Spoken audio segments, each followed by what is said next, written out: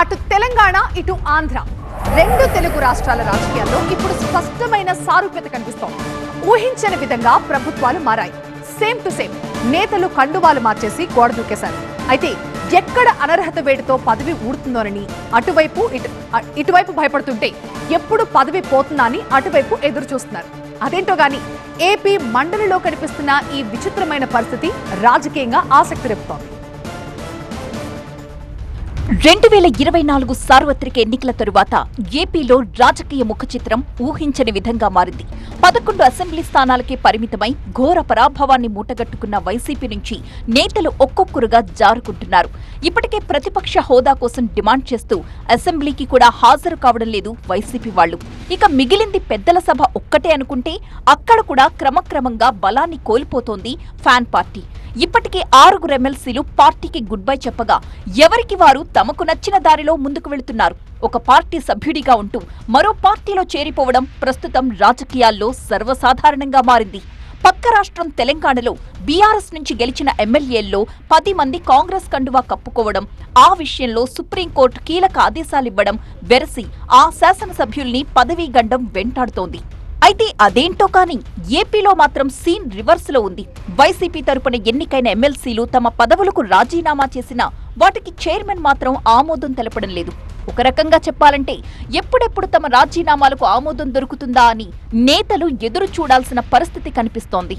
ఇప్పటికే వైసీపీ నుంచి మర్రి రాజశేఖర్, కళ్యాణ చక్రవర్తి, పద్మశ్రీ, జకియా ఖానం, పోతుల సునీత, జయమంగళం వెంకటరమణ ఇలా 6 ఎమ్మెల్సీలు వైసీపీకి గుడ్ బై చెప్పేశారు. బాధ్యతగా ఆ పార్టీ తరపున తమకు దక్కిన ఎమ్మెల్సీ పదవులకు కూడా గుడ్ బై చెప్పేశారు. వీరిలో జకియా ఖాను మండలి డిప్యూటీ చైర్మన్ గా వ్యవహరిస్తున్నారు. అయితే మండలి చైర్మన్ గా ఉన్న మోషేను రాజు ఈ 6 సభ్యుల రాజీనామాలకు ఇప్పటిదాకా ఆమోదముద్ర వెయ్యలేదు. ఆయన వైసీపీకి చెందిన సభ్యుడు కావడం వల్లే ఇలా చేస్తున్నారన్న అభిప్రాయాలు వ్యక్తమవుతున్నాయి. ఒకవేళ వారి రాజీనామాలు ఆమోదిస్తే మండలిలో వైసీపీ బలం తగ్గుతుంది.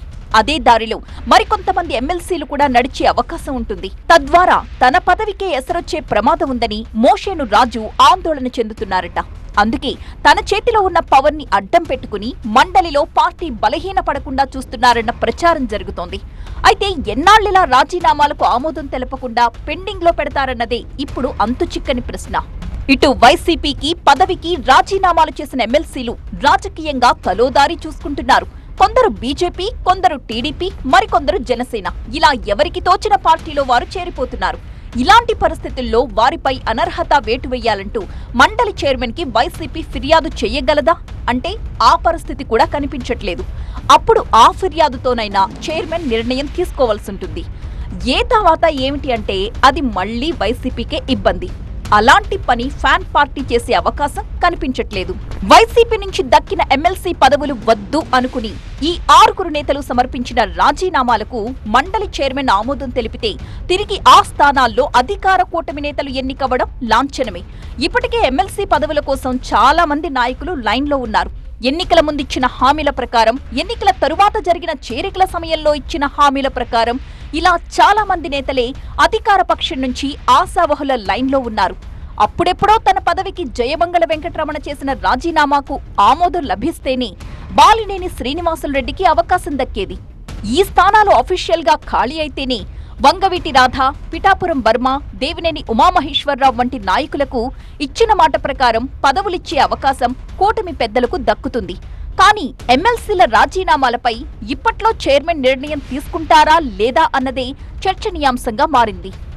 ఏ రకంగా చూసినా 2027 జూన్ వరకు మండలిలో వైసీపీ మెజారిటీ కొనసాగే అవకాశమే కనిపిస్తోంది.